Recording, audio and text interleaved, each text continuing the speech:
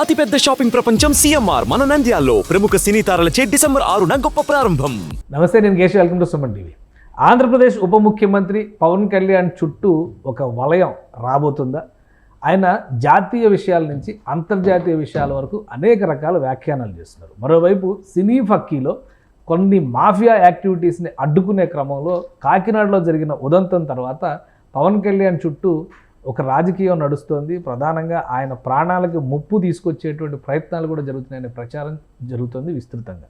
ఇందులో నిజమెంత? అలానే high alert అవసరం పవన్ కళ్యాణ్ భద్రత విషయంలో అనేటువంటి సంకేతాలు జనసేన పార్టీలో ఉన్నటువంటి కొంతమంది కీలక నాయకులే చెబుతుండడం ఆలోచించాల్సిన అంశంగా కనిపిస్తుంది. ఈ అంశం పైన విశ్లేషణ చూద్దాం. మనతో పాటు చంద్ర శ్రీనివాస్ గారు, పొలిటికల్ అనలిస్ట్ ఉన్నారు. చంద్ర శ్రీనివాస్ గారు నమస్కారం. నమస్కారం. పవన్ కళ్యాణ్ గారి గత ఒక 2 నెలల యాక్టివిటీ చూస్తే, అంటే ఉప ముఖ్యమంత్రి అయిన తర్వాత, కూటమి ప్రభుత్వం ఏర్పడిన తర్వాత 2 నెలల వరకు రెగ్యులర్ రొటీన్ యాక్టివిటీలో ఉన్నారు. ఈ 2 నెలలుగా చూస్తే జాతీయ రాజకీయాలు, ముఖ్యంగా తిరుమల లడ్డు వివాదం దగ్గర నుంచి ఆయన మాట్లాడుతున్నటువంటి వైఖరి, మాట్లాడుతున్న తీరు, ఆయన తీసుకున్నటువంటి యాక్టివిటీ, ఇదంతా కూడా చాలా చర్చనీయాంశం అవుతుంది.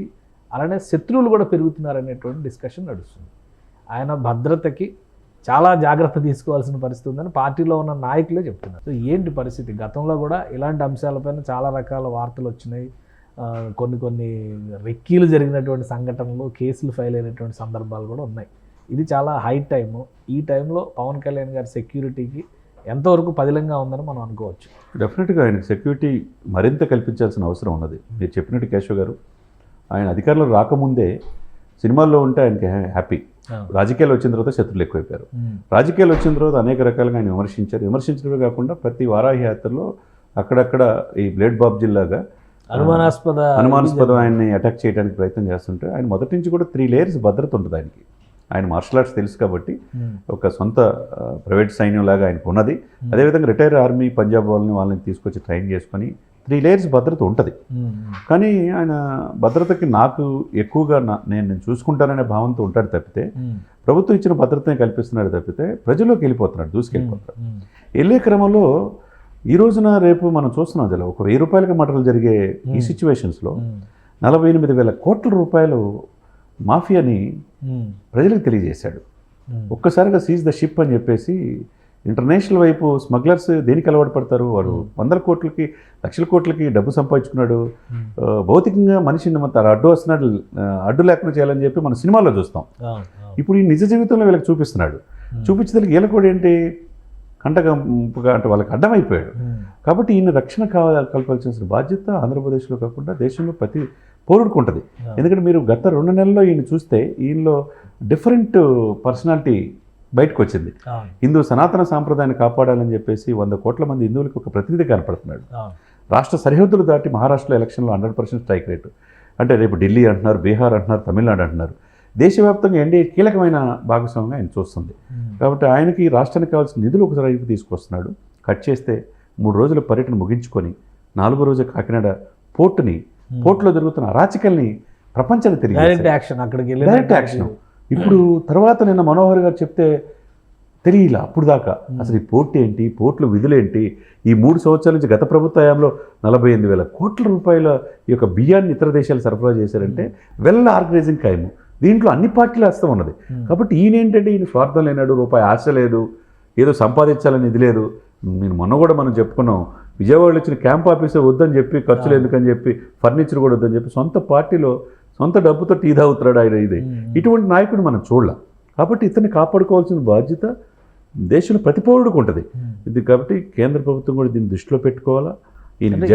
అసలు ఎక్కువ థ్రెట్ ఎటు నుంచి ఉంటుంది అని మనం చూడాలి. ఇప్పుడు ఆయన దేశంలో హిందుతత్వం, హిందూయేతర అది కూడా ఉంటుంది. ఆ అంశంలో చాలా స్ట్రాంగ్గా ఆయన బాల్ ఠాక్రే ఇన్స్పిరేషన్ అంటున్నారు. కాబట్టి ఆ రేంజ్లో ఒకటి వెళ్తున్నారు.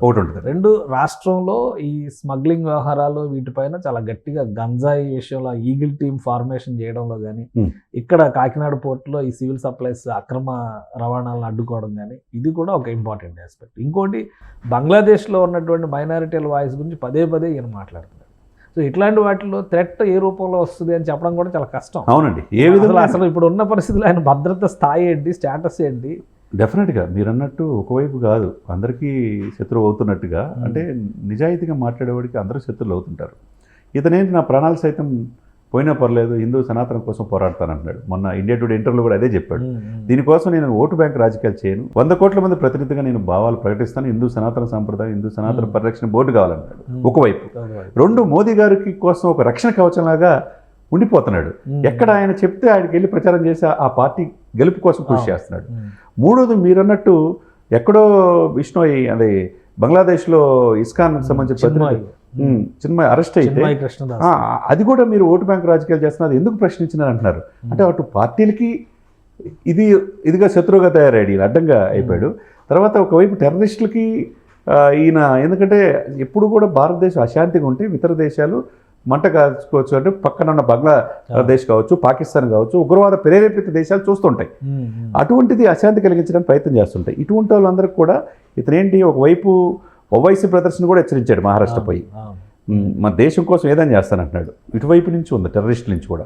ఇంకోవైపు ఈ పార్టీని బీజేపీని హిందూ మతం ముద్రేసి ఇచ్చేసి మోదీ గారు లాంటి వాళ్ళు ఇట్ లిస్ట్లో పెట్టారు. ఇప్పుడు చూడండి ఇక్కడ హైదరాబాద్ సిటీలో కిషన్ రెడ్డికి ఎప్పుడు కూడా సెక్యూరిటీ ఉంటుంది, ఎందుకంటే ఆయన ఇట్ లిస్ట్లో ఉంటాడు. ఒకవైపు సంజయ్ వచ్చాడు హిందూ కట్టరగా భావించి, ఆ తర్వాత ఇప్పుడు పవన్ కనపడుతున్నాడు, అన్నిటికీ ప్రశ్నిస్తున్నాడు, ఈయన మనకి అడ్డుగా ఉన్నాడు. ఇవన్నీ ఒక ఎత్తు అయితే అంతర్జాతీయ స్మగ్లర్స్ పోర్టులు కూడా ఇచ్చేసి ప్రపంచాన్ని తెలియజేశాడు. స్మగ్లర్లు ఏ విధంగా లా అండ్ ఆర్డర్ని దేశ రక్షణని గాలి కొదిలేసి పోర్టుల కేంద్రంగా అక్రమంగా సరఫరా చేస్తారని తెలియజేశాడు. కాబట్టి వీళ్ళకి కూడా ఇది అవుతుంది అన్నమాట. అన్ని వైపుల నుంచి ఇంక ముప్పు పొంచి ఉన్నది. గతంలో కూడా చాలా గట్టిగా ప్రచారం ఆ ఇంటి దగ్గర రెక్కీ జరిగిందని, అలానే ఇంటర్నేషనల్ ఇష్యూలో ఏదో సుపారీ ఇచ్చారని, ఇట్లాంటివన్నీ జరిగినాయి. ఇప్పుడు ఆయన అధికారిక హోదాలో ఉన్నారు. ప్రజెంట్ ఆయన భద్రత స్థాయి ఏంటి, ఇది ఎంత పెంచడానికి అవకాశం ఉంటుంది? డెఫినెట్గా సార్ ఆయనకి Z+ కేటగిరీ కేంద్ర హోంశాఖ ఎట్లయితే తీసుకుంటారో, ఇప్పుడు చంద్రబాబు నాయుడు గారికి ఉందో Z+ కేటగిరీ, అటువంటి భద్రత ఈయనకి కావాలి. ఈయన రాష్ట్ర ఫిగర్ కాదు, జాతీయ సంపద అయిపోయాడు. జాతీయ స్థాయిలో ఏ ప్రశ్న ఉన్నా లేవనెత్తున్నాడు. ఇంటర్నేషనల్ వైజ్ ప్రపంచవ్యాప్తంగా హిందువుల మీద దాడులు జరిగితే ఖండిస్తున్నాడు. అది దేశంలో ఏ రాజకీయ నాయకుడు ప్రశ్నించట్లా. కాబట్టి ఇతన్ని కాపాడుకోవాల్సిన బాధ్యత దేశానికే ఉంది, కేంద్ర ప్రభుత్వానికి ఉన్నది. కాబట్టి చంద్రబాబు నాయుడు గారు కూడా దీని మీద దృష్టి పెట్టాలి. కేంద్ర ప్రభుత్వం కేంద్ర హోంశాఖ కూడా ప్రత్యేకంగా లెటర్ రాసి ఈయన రక్షణ కల్పించుకోవాల్సిన బాధ్యత ఉన్నది. ఎందుకంటే ఈయన్ని భౌతికంగా లేకుండా చేయాలనుకుంటున్నారంటే ఏ విధంగా అయినా స్మగ్లర్స్ ఇది ఉంటారు. ఎందుకంటే తన సంపదకి ఆదాయ మార్గాలన్నీ అడ్డుకట్టేస్తే ఇంకా ఏదైనా చేయగల ఇదిలో ఉంటారు. కాబట్టి ఇటువంటి వ్యక్తిని కాపాడుకోవాల్సిన బాధ్యత ప్రతి పౌరుడి మీద ఉన్నది, ముఖ్యంగా కేంద్ర ప్రభుత్వం మీద ఉంది. కాబట్టి అమిత్ షా గారు మోదీ గారు దృష్టిలో పెట్టాలి. చంద్రబాబు నాయుడు గారు రాష్ట్ర వైపు నుంచి ఒక లెటర్ రాయాలి. Z+ కేటగిరీ ఉంటే కనుక ఈయన కేటగిరీకి 3 లేయర్స్ భద్రత ఉంటుంది. కాబట్టి ఇంకెవరు దరిదాపుల్లో లేకుండా ఉండడానికి అవకాశం ఉంటుంది. ఈయన కాపాడుకోవచ్చు. రైట్. థ్యాంక్ యూ చంద్ర శ్రీనివాస్ గారు. ఇది పవన్ కళ్యాణ్ తీసుకుంటున్నటువంటి ఎజెండా. ప్రధానంగా ప్రజల్లోకి వెళ్ళేటువంటి క్రమంలో అనేక వివాదాస్పద అంశాలని ఈ మధ్యకాలంలో ఆయన చాలా స్ట్రాంగ్గా వ్యతిరేకిస్తూ వచ్చారు.